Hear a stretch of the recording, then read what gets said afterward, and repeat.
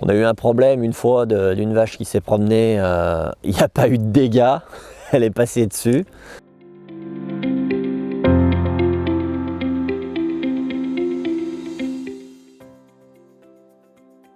Je m'appelle Florian Viaudrin, je suis associé en GAEC avec mon frère sur la commune de Saint-Martin-du-Mont. On est en élevage laitier. Il y a 90 vaches laitières, 220 hectares répartis entre prairies et cultures.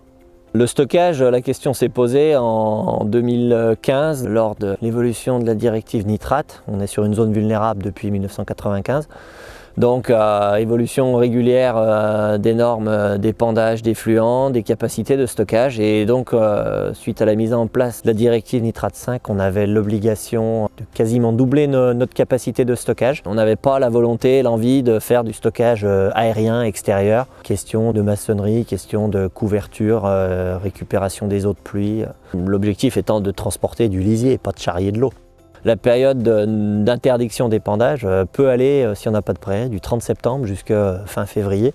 Et donc ça nécessite, au vu du nombre de vaches, un calcul qui dit il faut avoir la capacité de stocker tant. Chez nous, c'est 6 mois de stockage. On avait 500 et quelques mètres cubes en fosse caillebotis. Il nous fallait 450 mètres cubes de capacité supplémentaire. Donc on a arrondi un peu au-dessus, on a une citerne souple de 500 mètres cubes aujourd'hui. Sur du bovin, si on part sur du stockage de lisier, il faut envisager de la séparation de phase avant pour limiter la partie solide, limiter la sédimentation dans la citerne. C'est pour ça qu'au-delà de la citerne souple, on avait engagé cette réflexion séparateur de phase sur un groupe CUMA. Et donc voilà, l'objectif c'est pouvoir trier la partie solide de la partie liquide. En tant que tel, ça diminue légèrement les volumes puisque le séparateur en trie une partie solide. Et ça fait, je dirais, un effluent supplémentaire à gérer, certes, mais un effluent qui peut avoir une utilisation différente en fonction de ce que l'on cherche sur les cultures ou les prairies. Derrière, on y a trouvé un autre avantage sur la partie phase liquide séparée. C'est un lisier qui est utilisable sur prairie, mais qui est privé de sa part ammoniacale d'azote, et donc qui ne sent pas comme un lisier classique. Mais surtout, on peut faire pâturer des vaches 10 jours après avoir épandu ce lisier, alors que sur un lisier brut c'est 28 jours. Ça nous apporte réellement un plus sur un épandage de printemps, et que si on doit faire pâturer les vaches derrière, on est un peu moins contraint par le temps, quoi. Donc ça, c'était pas attendu, mais ça fait partie des bénéfices de l'utilisation d'un séparateur de phase couplé à une poche, quoi.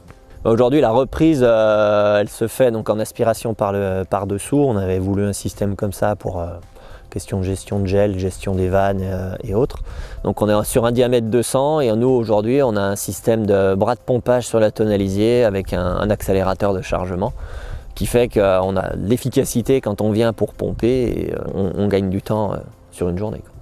Les gros avantages, c'est de la simplicité de la mise en œuvre, même s'il y a un cahier des charges sur le lit sur lequel on va poser la citerne. Mais voilà, ça reste quelque chose d'adaptable aussi à tout système, assez simple à positionner.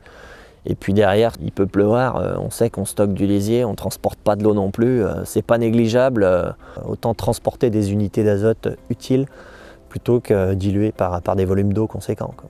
Et après, la qualité de la technique et puis la garantie nous a fait pencher de ce côté-là définitivement. Donc c'est ce qui fait qu'aujourd'hui, si on devait refaire, on referait certainement et sans hésiter le même système de stockage fermé, quoi.